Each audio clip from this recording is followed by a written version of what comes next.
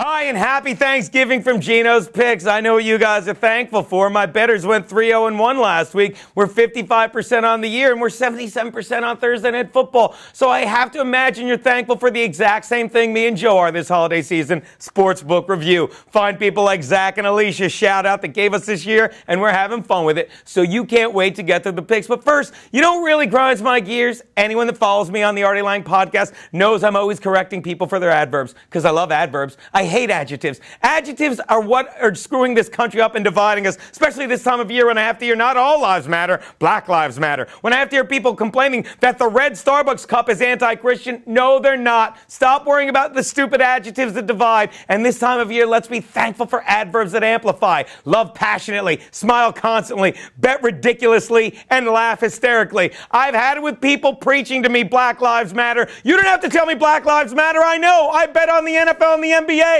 The only place the words Black Lives Matter should be applicable are in the training manual for lifeguards in the South. Stop it. Let's get to the picks. You're hungry? Let's rattle through it, people. The Bengals are laying 9 to the Rams in Cincinnati. The Bengals are coming off a tough loss at Arizona Sunday night, and now they're favored by 9. Yes, that may seem like a lot until you realize the only bigger headache than Case Keenum has right now is Jeff Fisher, who had to give the reins back to Nick Foles, who now is going out there with not only his terrible arm, but a wounded ego to boot. And that is going to make things very difficult for Todd Gurley, who will face 9 guys stuffing him in the box. And let's face it, people, the only people who need a headache worse than that are Rams receiver who need Foles back like they need a hole in the head. Oh, like they need another hole in the head. Well, I could say 3 holes, but that would be a porn. Oh, get me out of here. Take the Bengals. What's up with the Jews? The injuries aren't life-threatening, and that is Joe Fernandez's annual appearance, people. Come on. My next pick. The Saints are getting 3 from the Texans in Houston. Yes, the Saints are allowing more points per game than the crosstown Pelicans, but come on, is anyone putting their money on the Texans with Hoyer back at QB? The man has been given the starting quarterback job 3 times, and he never earned it once. He got it in training camp because Ryan Mallett stunk. He got it back in the middle of a game because Ryan Mallett still stunk, and he got to play against a prevent defense. And now, despite the fact that TJ Yates is 2-0 as a starter, he's gotten the job back a 3rd time because he came to. Stop it. Brian Hoyer couldn't find the end zone if you spotted him 80 yards in Jim Brown at running back. He must have pictures of Bill O'Brien from his Penn State days, if you know what I mean, which is why I love the Saints to cover in this one. And unlike those pictures he has, it won't be through the back door. Take the Saints and the points.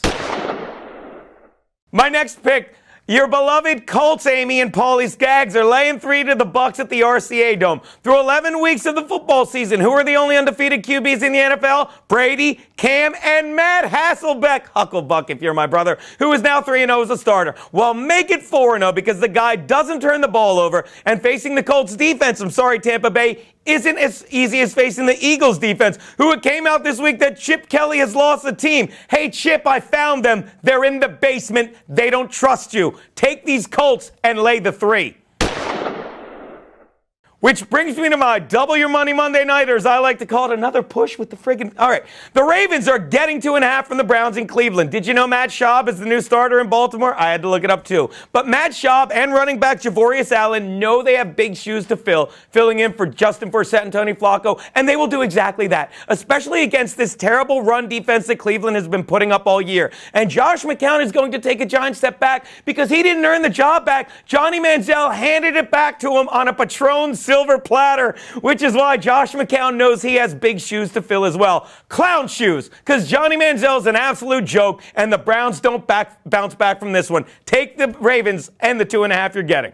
Those are Geno's picks. What a stutter.